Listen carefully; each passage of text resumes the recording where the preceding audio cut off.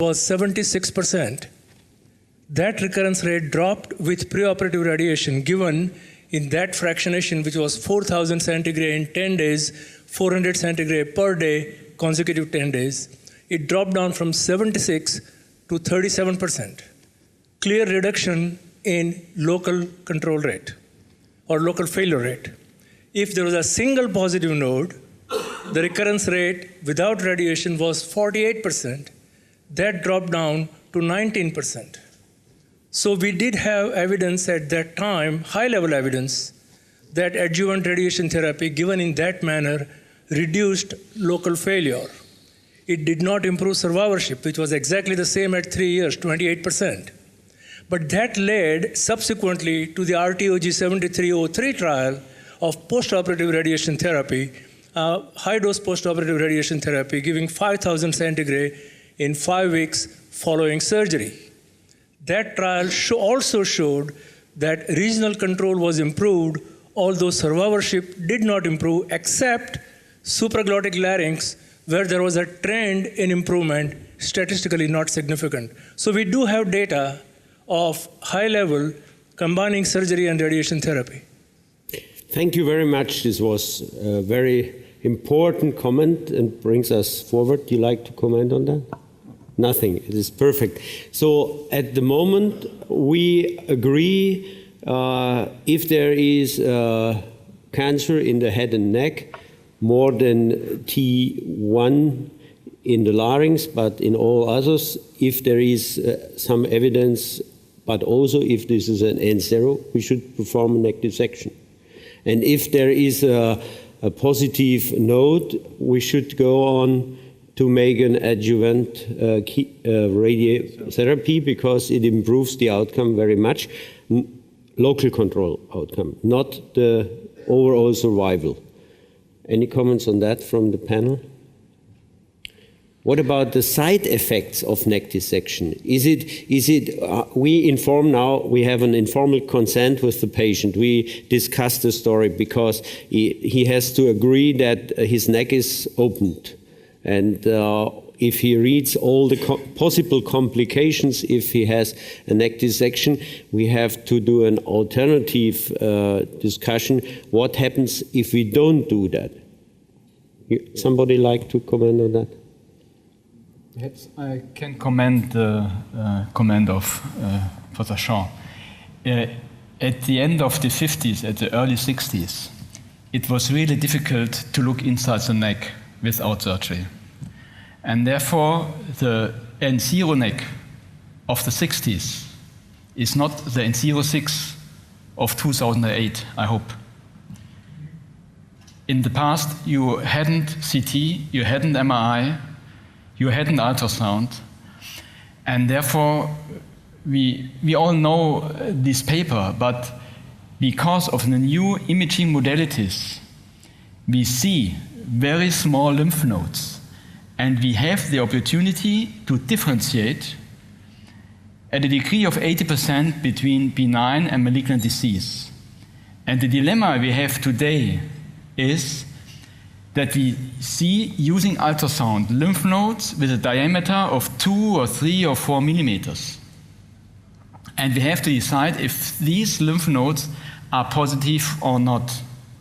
And if we use a neck dissection in those N0 neck or not. If we should use radiotherapy in those patients or not. And that's the problem today. In the past, we had only our fingers. And we know an experienced man is able to palpate a node up to 8 to 10 millimeters. But today, we see lymph nodes with size 1, 2, or 3 millimeters. And I think this is a problem today. And therefore, it's very, very difficult to decide performing neck dissection or not, to performing N0 neck or not.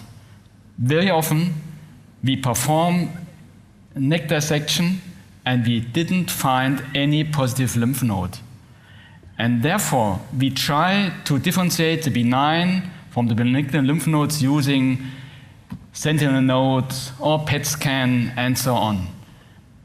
Perhaps in the future we can solve the problem. Yeah. But now it's very difficult to look at papers from the 60s or 70s with N0 neck to decide today what we are doing. That's the point I would like to comment for that. But I understood if there is evidence of cancer in head and neck and it is not a T1 of the larynx, we should perform a neck dissection. It is helpful also for the radio-oncologist if we just hold here this position. Yeah? No, I wouldn't agree to Jochen Werner. He said there's no rule to perform neck dissection. There's no rule because the decision criteria differs from institution to institution. And that's a problem. That's really the problem. And therefore, we should try to perform investigations together to come nearer to this goal. So, okay, now we have different kinds of neck dissection. Maybe this helps us to come a little bit forward. We have the selective neck dissection, we have a radical neck dissection, as we all have done when we have been younger and so on, with a lot of complications and side effects and so on. And I think this makes maybe a difference if you discuss the problem with a patient and say, I make a selective neck dissection and I preserve all important structures. You can later on play tennis and all the things, and you will not have a fistula and so on. But this brings us to another point. If you have a head like that, are there limits for neck dissection? One of the surgeons? What means limits? Limits. If, for example, you have a node of 12 centimeters diameter, and what is your limit when you say, no, I will never do a neck dissection on this case? This is the other side of the row. I think it depends if you try to cure the patient or not. And if you have the opinion that you can cure the patient using surgery, then you should try to do this. And if you have a big node, 12 centimeters, you must look at the carotid artery.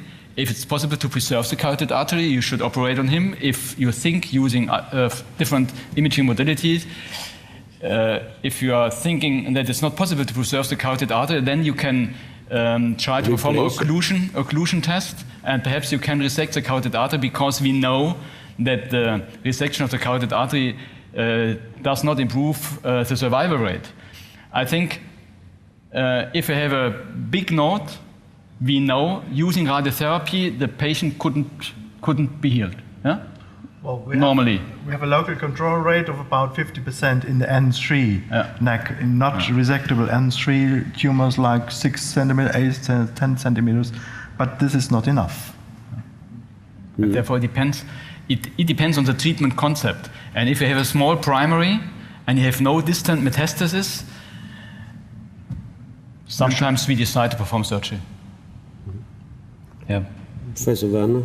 Yeah, I agree. I think it depends really on the individual situation. Sometimes it's good to do the surgery. Sometimes it's of course not necessary, because you have a completely other strategy. You indicate radiochemotherapy and so on. Then you have to discuss it again after 3 or 4 months, because there is still this mass. And I think this depends on the individual situation. To the audience, is there a limit for neck dissection? We have Professor Wei, who is going up with his nasopharynx very high, and in recurrence cases, and René Lehmanns from Amsterdam, and so on. Any comments? Yeah? I think one limit in my institution is if you have a mass infiltrating the skull base.